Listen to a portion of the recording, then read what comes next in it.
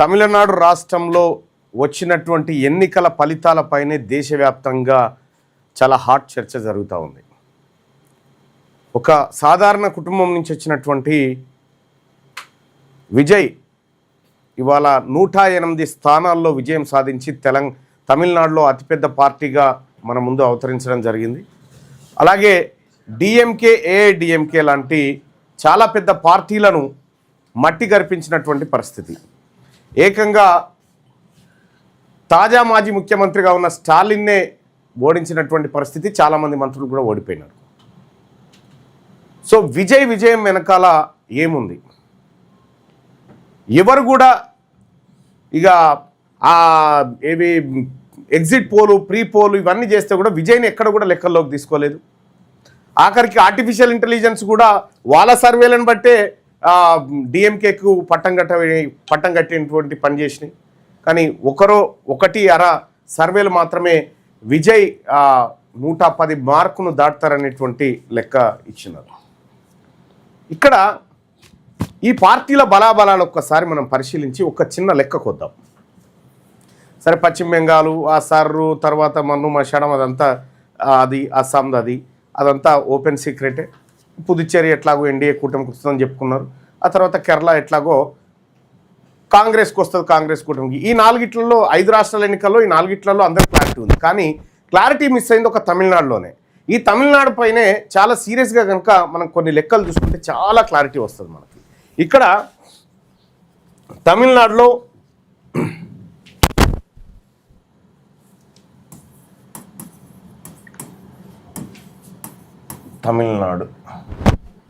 తమిళనాడులో మనం చూస్తే డిఎంకే, ఆల్ ఇండియా అన్నా ద్రావిడ, ఏఐడిఎంకే,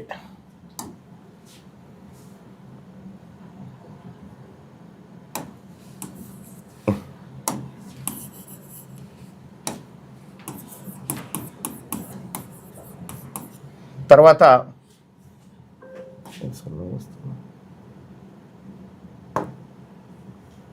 ఏఐడిఎంకే, తర్వాత టీవీకే.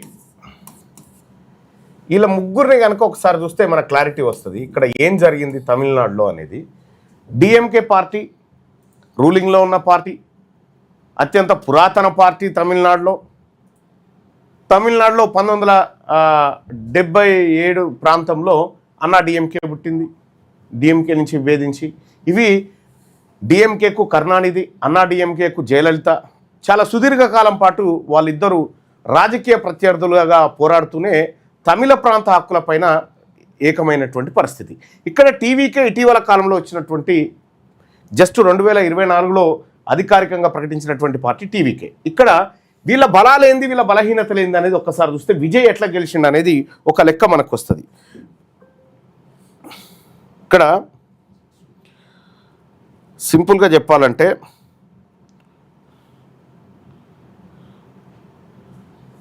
డిఎంకేకు విస్తృతమైనటువంటి సంపద ఉంది, డబ్బు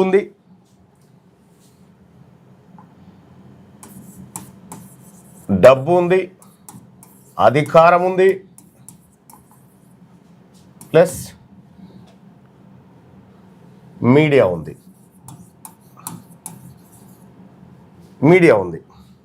అన్నా డిఎంకే కూడా ఇది ఇప్పుడు బీజేపీతో జట్టు కట్టినటువంటి పార్టీ అన్నా డిఎంకే దగ్గర డబ్బు ఉంది, తర్వాత కేంద్రంలో అధికారం ఉంది, ప్లస్ మీడియా ఉంది. ఇక్కడ టీవీకే విషయానికి వస్తే చాలా ఇంట్రెస్టింగ్ పాయింట్ ఏంటంటే వీళ్ళ కాడ డబ్బు లేదు, అధికారం లేదు, మీడియా లేదు. ఈ 3 లేవు వీళ్ళ కాడ. నిన్న తమిళనాడు ఎన్నికల్లో ఒక్క అనా పైసా పంచకుండా టీవీకే విజయన్ పార్టీ అక్కడ విజయ తీరాలకు చేరింది, దరిదాపులోకి వెళ్ళింది. 108 స్థానాలు, ఇంకొక 8 స్థానాలు 10 స్థానాలు తక్కువ ఉన్నాయి. ఆ 10 స్థానాలు ఎట్లా భర్తీ చేసుకుంటుందనే తర్వాత విషయం అయితే, ఎన్నికల్లో పోటీ చేసిన మొట్టమొదటిసారే ఈ 3 లేవు. ఈ 3 టీవీకే దగ్గర లేవు. చాలా ఇంట్రెస్టింగ్ పాయింట్ చూడండి. ఇక్కడ డబ్బు ఉంది, అధికారం ఉంది, మీడియా ఉంది, అన్నా డిఎంకేకు ఉంది, డిఎంకేకు ఉంది. వాటి లెక్క కూడా మనం ఒకసారి చూసుకుంటే డిఎంకే సన్ నెట్వర్క్ మొత్తం వీళ్ళ కోసమే పనిచేసింది. సన్ నెట్వర్క్ అంటే ఇది జెమినీ, తేజ, సూర్య అవన్నీ ఛానల్ వీళ్ళ కోసమే. తర్వాత కలైంగర్ టీవీ, తర్వాత కలైంగర్, ఇవి చాలా క్లియర్గా కళానిధి మారన్, ఆ తర్వాత కరుణానిధి కుటుంబాలకు సంబంధించినటువంటి టీవీ ఛానల్ అయితే ఏడిఎంకే దీనికి జయా టీవీ,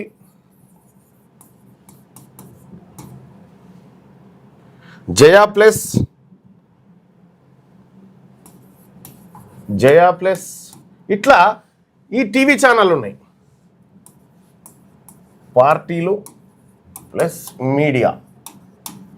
ఇక డబ్బు విషయం అయితే చెప్పాల్సిన పని లేదు. ఇక ఇంకొకటి ఇదే జయా టీవీకి న్యూస్ జే అని ఉంటుంది. ఏది వీళ్ళకే అన్నా డిఎంకేకు న్యూస్ జే అనేటువంటి ఒక ఛానల్ ఉంటుంది. ఆ తర్వాత పుత్యా తలైమురై,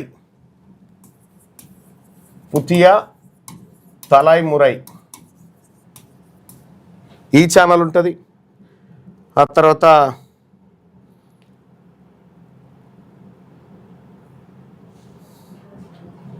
వసంత్ టీవీ అని ఉంటుంది, కాంగ్రెస్కి అనుకూలం అంటే డిఎంకేకే వసంత్. ఇంకోటి పిఎంకేకు మక్కల్ టీవీ అని ఉంటుంది, డిఎండికేకు క్యాప్టెన్ టీవీ అని ఉంటుంది. ఇట్లా ఈ మీడియా అంతా ఉంది. ఈ టీవీకేకు no media, only social media, no media లేదు. మీడియా లేకపోగా టీవీకేను విజయ్ని దెబ్బగొట్టడానికి ఈ మీడియా అంతా వీళ్ళతో పాటు ఇంకా national media NDTV, times now, republic TV, ఇదంతా ఏఐడిఎంకేకు అనుకూలంగా ఉండేటువంటి మీడియా. అంటే గోధి మీడియా అంతా ఆయన వైపే, అన్నా డిఎంకే వైపే ఉంది. ఇక్కడ ఇంట్రెస్టింగ్ విషయం ఏంటంటే టీవీకే విజయ్ని దెబ్బగొట్టడానికి మీడియా చేసిన కుట్ర చూస్తే, మీడియా కుట్ర ఏం చేసిందంటే ఆయన సభ పెట్టిండు. ఆయన ఒక సభ పెడితే తొక్కిసలాట జరిగి 41 మంది చనిపోయారు.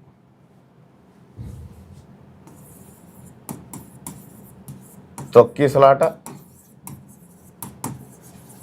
41 మంది మరణం. ఇది రెండోది.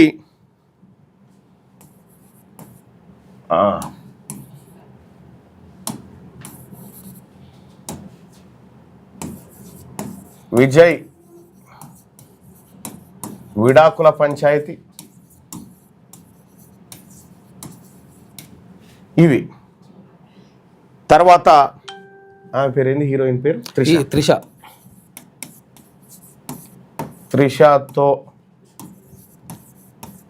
విజయ్ అక్రమం అంటూ ఈ మీడియాలో ఈ 2 నెలల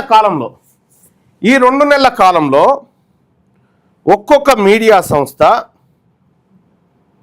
మొత్తం అన్ని కలిపి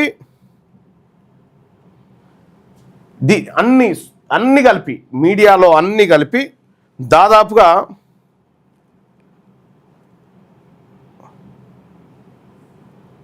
ఈ తమిళ ఛానల్స్ అన్ని కలిపి 700 సార్లు వీటి గురించి చర్చించారు. తమిళ ఛానల్ ఏదైతే మీడియా ఉందో డిఎంకే మీడియా, అన్నా డిఎంకే మీడియా కలిపి 700 సార్లు చర్చిస్తే తెలుగు ఛానళ్ళు దాదాపు 32 సార్లు తెలుగు ఛానళ్ళు చర్చించినాయి. ఇందులో TV nine, Sakshi TV, NTV, Zee News, ఇట్లా ఇవన్నీ ఉన్నాయి. తమిళ ఛానళ్ళల్లో Sun News, Polimer, Puthiya, Thalaimurai, Thanthi TV, news 18 Tamil, Jaya TV ఇవన్నీ కూడా విజయ్కు యాంటీగా జరిగినటువంటి అంశాల మీద చాలా సీరియస్గా ఫోకస్ పెట్టినాయి. విజయ్ని డిమోరలైజ్ చేయడానికి చాలా శక్తియుక్తులను ప్రదర్శించినాయి. విజయ్ దగ్గర దీన్ని కౌంటర్ చేయడానికి టీవీలు లేవు, శాటిలైట్ న్యూస్ పేపర్ లేవు.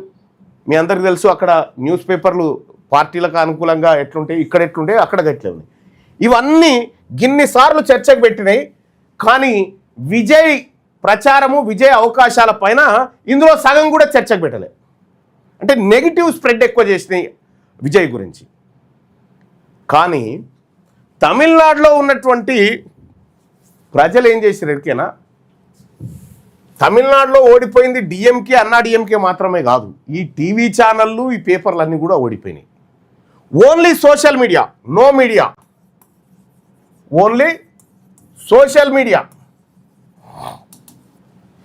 సోషల్ మీడియాతోని ఇవన్నిటిని దెబ్బకొట్టిరు తమిళనాడులో ఉన్నటువంటి యూత్, మరి ముఖ్యంగా మహిళలు. దెబ్బకి అన్నీ పడుకున్నాయి. ఫలితం మొత్తం సీన్ రివర్స్ అయిపోయింది. మీరు ఇక్కడ చూడండి, ఈ మీడియా ఎప్పుడు కూడా సరే ఆయన ఒక దళిత సామాజిక వర్గం నుంచి వచ్చినటువంటి బిడ్డ కాబట్టి సహజంగానే ఈ అగ్రవర్ణ మీడియా వాళ్ళని ఎంకరేజ్ చేయదు.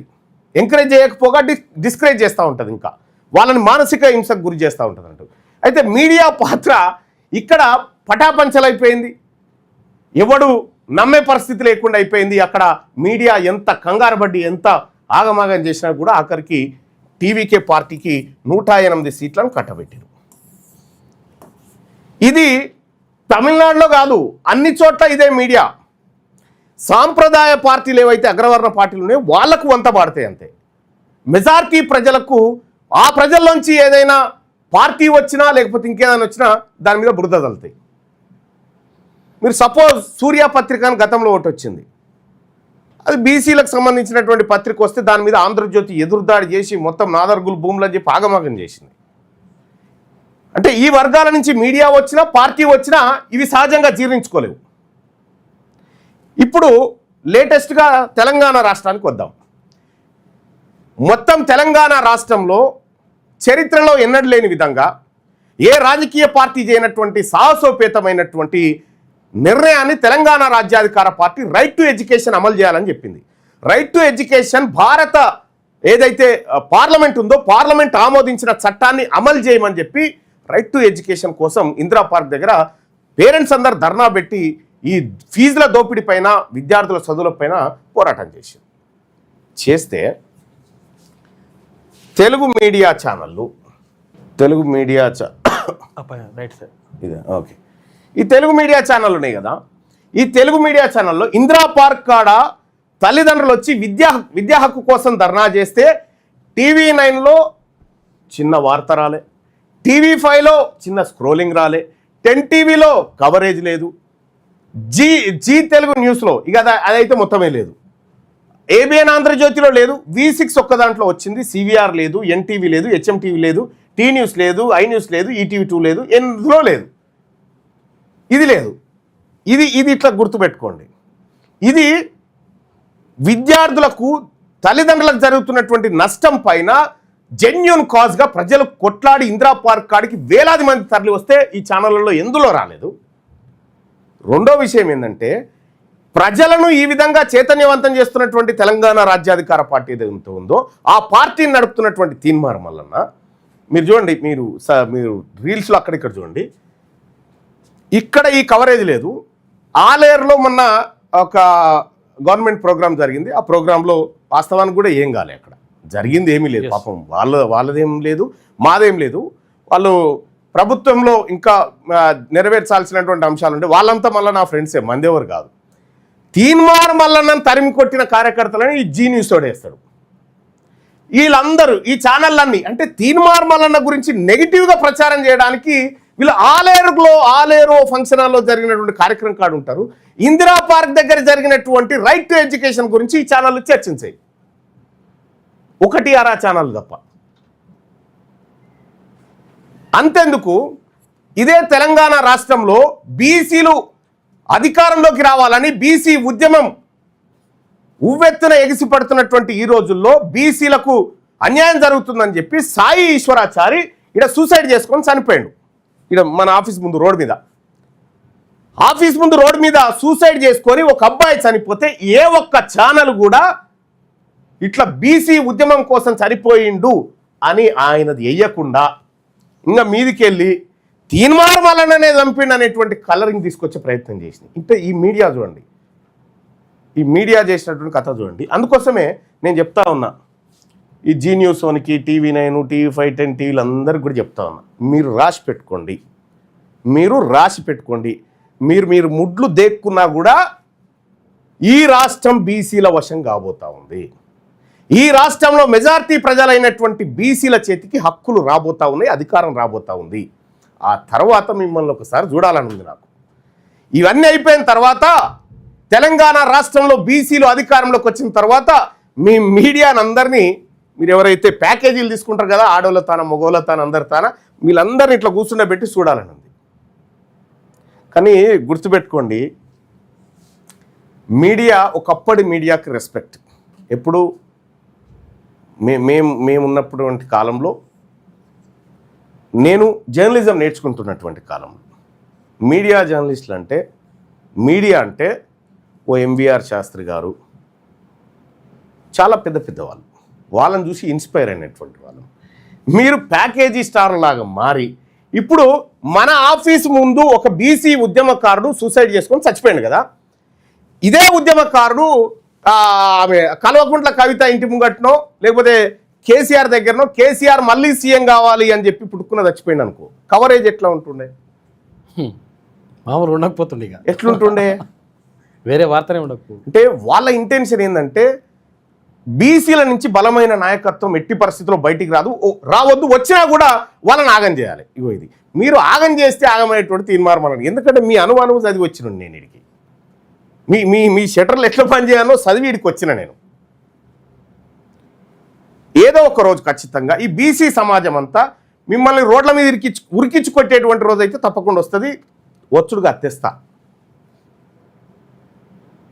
ఇవాళ తమిళనాడులో ఏ విధంగానైతే మీడియా, పేపర్లు, నేషనల్ ఛానళ్ళు డిఎంకే, అన్నా డిఎంకే వంత బాడితే ముడ్డి మీద తన్నీరు అక్కడ ఉన్నటువంటి జనం తన్ని సోషల్ మీడియాను ఆయుధంగా మార్చి అక్కడ ఉన్నటువంటి విజయ్ని ఇలా ముఖ్యమంత్రి పీఠం దగ్గర గుంజుకపోయారు.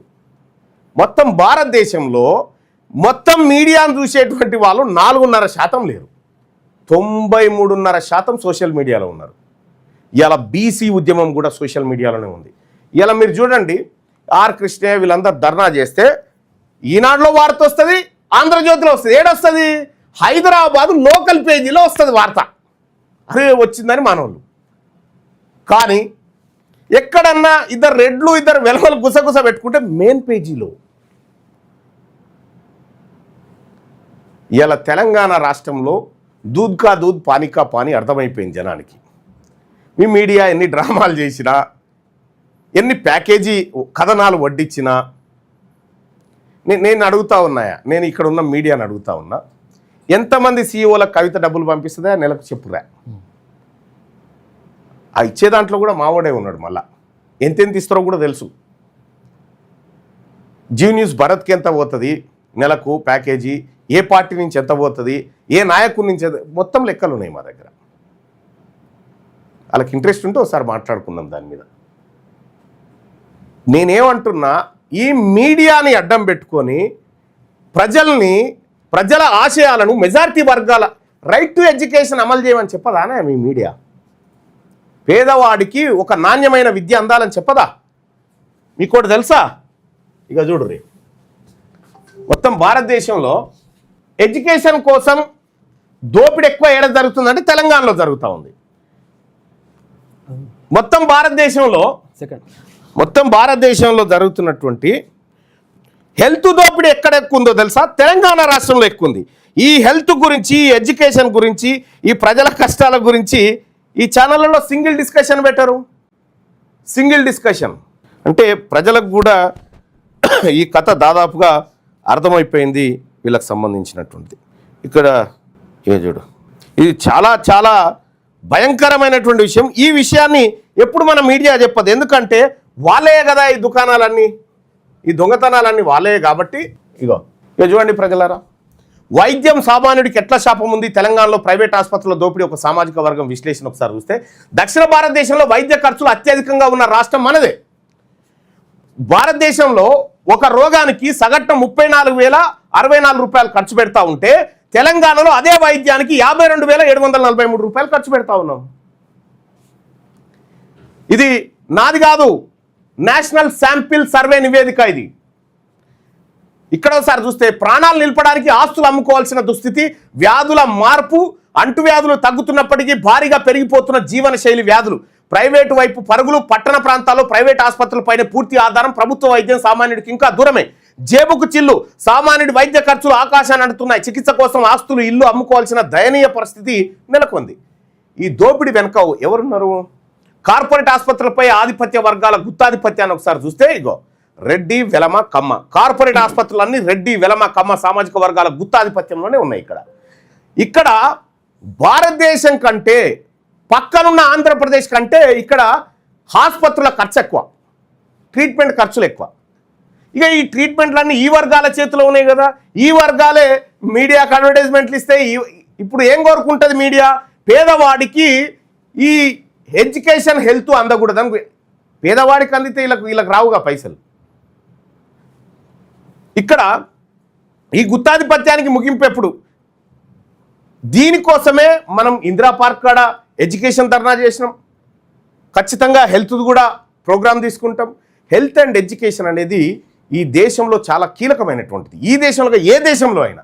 కానీ ఇక్కడ మీడియా ఏం చేస్తుందంటే ఈ రెండింటిని ఈ వర్గాలకు మధ్య చేసే కార్యక్రమం లెక్క మలిచేస్తాయి అన్నట్టు. దానికోసం ఈ రెండు దెబ్బతింటా ఉంటాయి.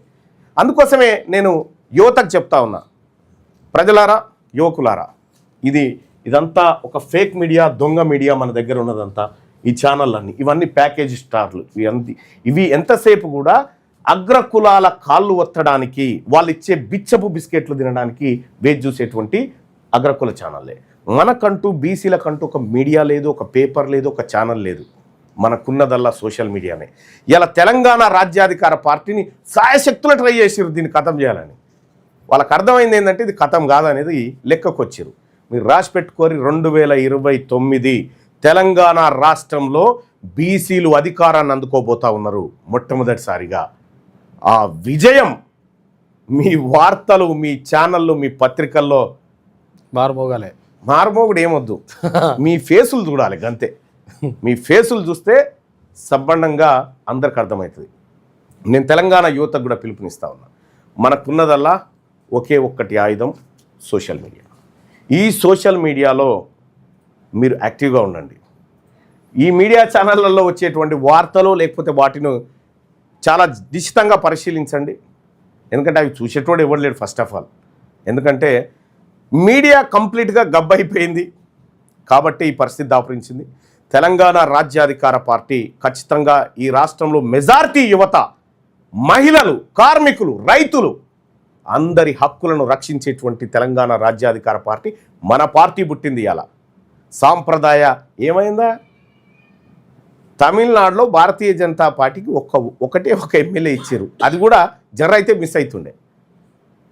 నేషనల్ పార్టీలను అడుగు కూడా పెట్టనీయలే, సాంప్రదాయ పార్టీలను బొందబెట్టి యువత సోషల్ మీడియాతోనే అధికారంలోకి తీసుకొచ్చింది టీవీకేని.